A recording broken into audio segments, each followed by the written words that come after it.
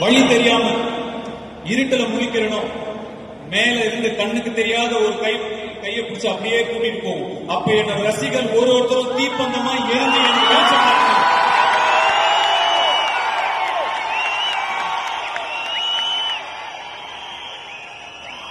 நீங்க என்ன பத்தி எவ்வளவு வேணா வதந்திகளை பரப்புங்க, என்ன வேணா நெகட்டிவிட்டியை ஸ்ப்ரெட் பண்ணுங்க. ஒரு வாக்கியம் படம் ரிலீஸ்க்கு 1.5 மாசம் முன்னாடி ஒரு நெகட்டிவ் கேம்பெயின் ஏற்படுத்தி ஸ்ப்ரெட் பண்ணுங்க. அந்த கண்ணுக்கு தெரியாத கையும் என் ரசிகர்கள் ஒருத்தர் தீப்பந்தமா எரிஞ்சிட்டு இருக்கிற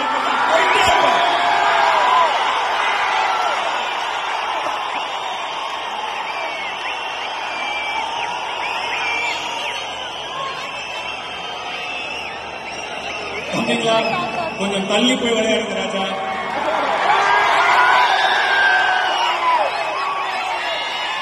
இந்த உளுலாங்கட்டி சர்க்கஸ் எல்லாம் வேணாம்.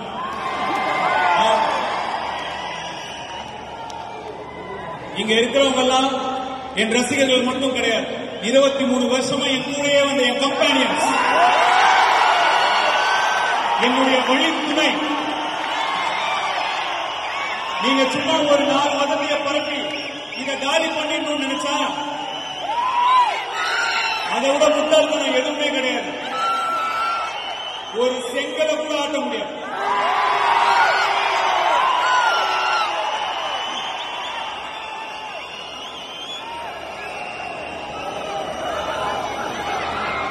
எண்ணம் போல் வாழ்க்கை.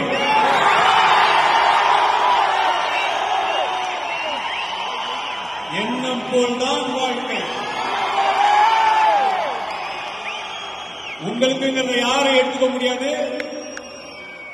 நமக்குங்கிறதையும். சந்தோஷமா இருக்கு. சந்தோஷத்தை வெளியே தேடாதீங்க, சந்தோஷம் உங்களுக்கு உள்ளதா இருக்கு.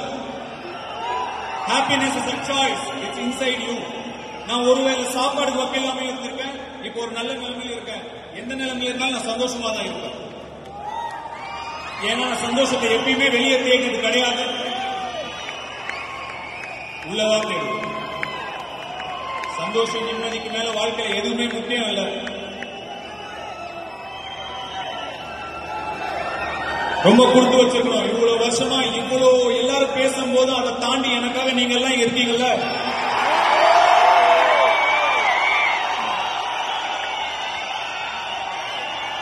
நான் ரொம்ப கொடுத்து வச்சிருக்கேன்.